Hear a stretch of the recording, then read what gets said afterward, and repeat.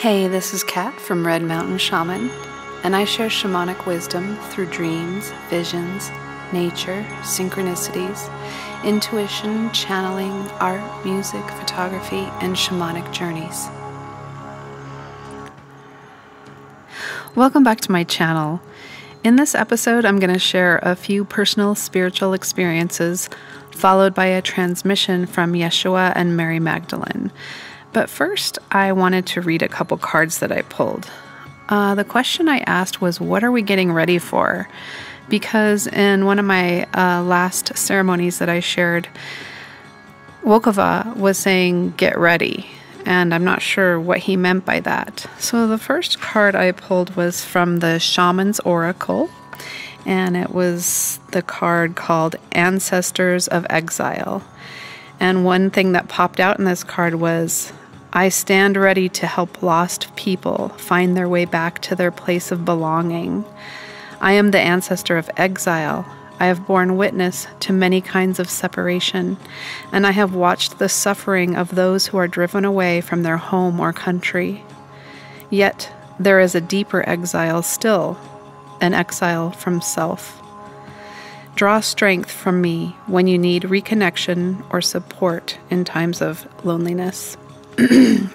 So I think some of us need to get ready to be able to help others come back into union with their divine self, is kind of what I'm getting from that. And then the next card from the same deck is called the Shaman of Tradition. And just a little part of this card says, I'm the Shaman of Tradition. I burrow into the deepest memories of the land to uncover truth and bring it to the surface, flame lit by the consciousness of all who love life. No matter what you are seeking, I can find a tradition that matches your dreams and aspirations. I stand before you, holding aloft the energies of the inner worlds and bringing these forces to bear upon everything you set out to accomplish. So, interesting cards. If you've been following my channel, you know that in my last two videos, I shared my interdimensional experiences with a Paiute shaman named Wokova. This week, a video about a history of the Paiute tribe popped up on my feed, and I learned that although the Paiutes first welcomed the Mormon settlers in their area, there was later problems between these two groups. There were massacres in which groups of Paiutes were killed, and there was even a full-out war called the Black Hawk War. And I shared this on a past video, I believe. But a couple years ago, Black Hawk came to me and seemed very angry, and I did a healing ceremony between these two groups. I also learned that the Mormons massacred a caravan of settlers, including men, women, and children, and it was called the Mountain Meadows Massacre. And someone put out a book about this a few years ago, if you want to learn about it. But I didn't realize that the Mormons blamed this massacre on the Paiutes. So the Paiutes were carrying around this kind of blame from the Mormons for many decades. So the morning of September 8th, I was guided to take a solo hike to a little clearing where there was a spring near my home. As soon as I got close to this clearing, I began to feel spirit and became emotional, and I wasn't sure what I was feeling. So I just took a drink from the spring, and then I went up to a large boulder that was overlooking this clearing. I was again visited by Wokova. I was guided to call in the ancestors that needed healing from these violent experiences. A large circle of people presenting as Mormon pioneers and Paiutes formed, and they all held hands. Wokova stood with me in the center of this circle, and I asked for everyone to forgive each other, and I asked that the spirit of the land would be healed. I can't remember everything I said in this forgiveness ceremony, but I do remember that we all sang lines from the old folk song, Will This Circle Be Unbroken? It was really beautiful, and we repeated those lines a few times, and then I saw the people turning to each other and hugging each other. Then the Native Americans started their drumming and singing, and the people began to do a circle dance together. I've been told that this kind of dance and celebration is going to be happening for a few years now, so this was really moving to see. I don't know if this will manifest on earth, but I wouldn't be surprised because as it is in heaven, so it is on earth. I thanked all the people who joined in celebration, and for the rest of the day I kept hearing the faint sound of drums, so it feels like that they were having a party and a celebration even after I ended the ceremony. The next thing that happened was a documentary about the Scorched Island popped up on my feed, and the island starts with an M. It was mainly about what the natives there call a paddle out ceremony. Everyone was out in the water on longboards. This ceremony is to honor those that passed away and for the living to be able to grieve and express pent-up emotions for those who have passed on.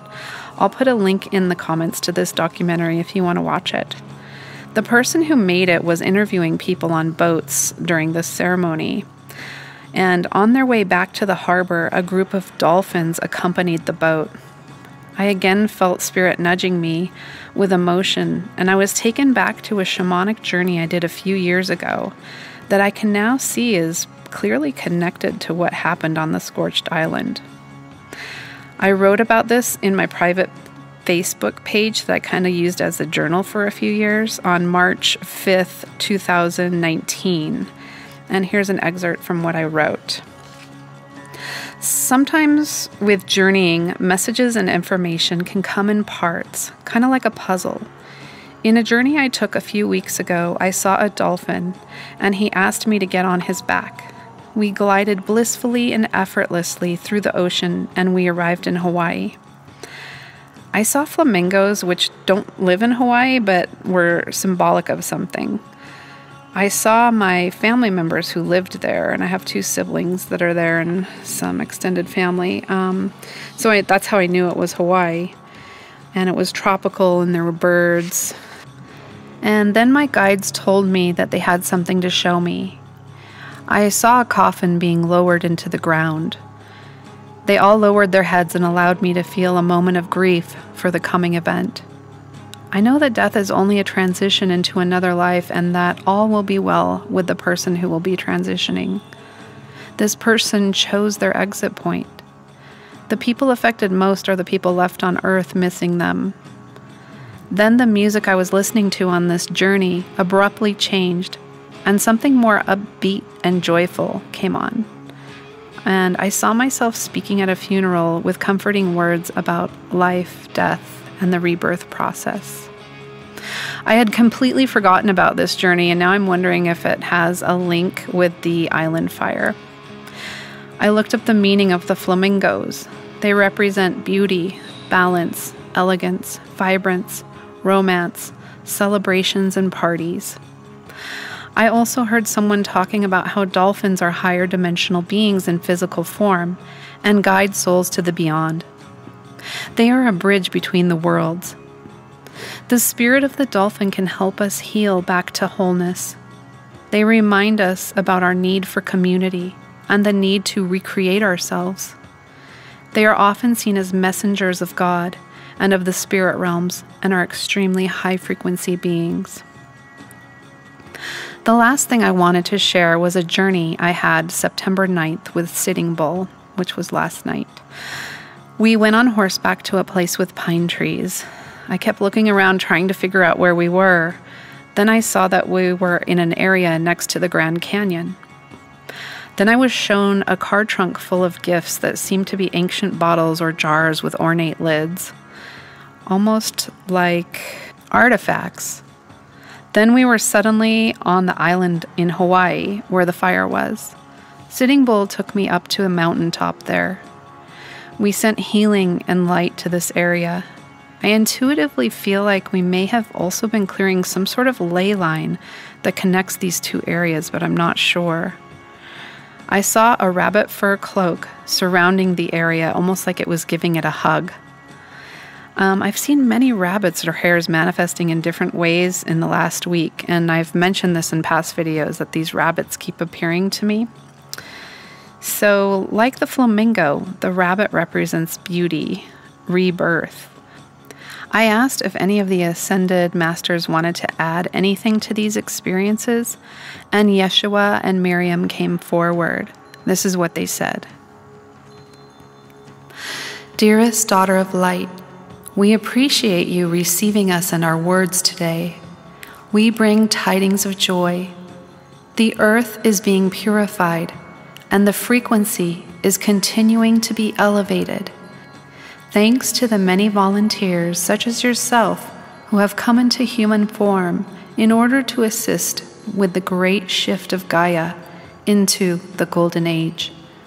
The golden dust that has been blown over you in your healing sessions is of the frequency of love. This is the frequency that the earth is moving into. All that is ugly will be transformed into beauty. This will be a process and a mighty undertaking, but it is an unfolding that will begin within your time upon the planet. There has already been portals of bliss and love that pass through the part of humanity that is receptive to it. You felt this bliss energy on September 8th as it moved through you and united souls in love and forgiveness. Be at peace as the earth is in the purification process. You are nearing the end of this process and will soon be moving into the beautification process. Many leaders of New Earth will be bringing forth ideas to restore and beautify Mother Earth. We understand that the way things appear right now, this does not seem possible. But we assure you that it is not only possible, it cannot be stopped. You and many other volunteers will indeed soon be celebrating as miracles occur in your favor. All is not as it appears to be. Get ready. Make room for flexibility and flow. Get ready to be a lighthouse for others. Get ready to move into your path as builders of beauty.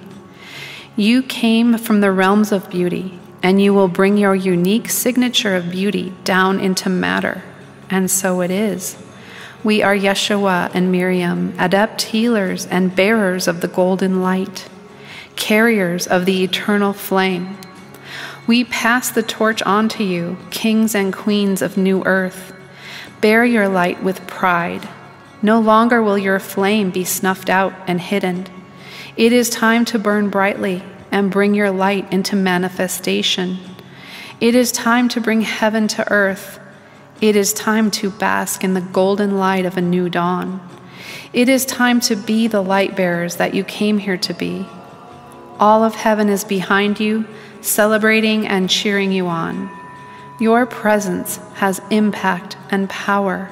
You who have chosen the kingdom of the Almighty and have denounced the kingdoms of false authority. Raise your torches and move forward with the strength of a lion and the beauty of a peacock. Bring your signature of beauty into form and watch the world blossom. Thank you, Yeshua and Miriam. Wow, I hope that something in today's messages resonated with you as they have with me. If you feel the call, please share these videos with like-minded friends or groups. And if you'd like to make a donation or book a session, you can do so at redmountainshaman.com. My PayPal is on the contact page. And if you don't have the means or don't feel called to financially support my work, it also really helps out just to press like, subscribe, and leave a comment. Have a great week, and I will make a new video soon. Take care. Love you guys.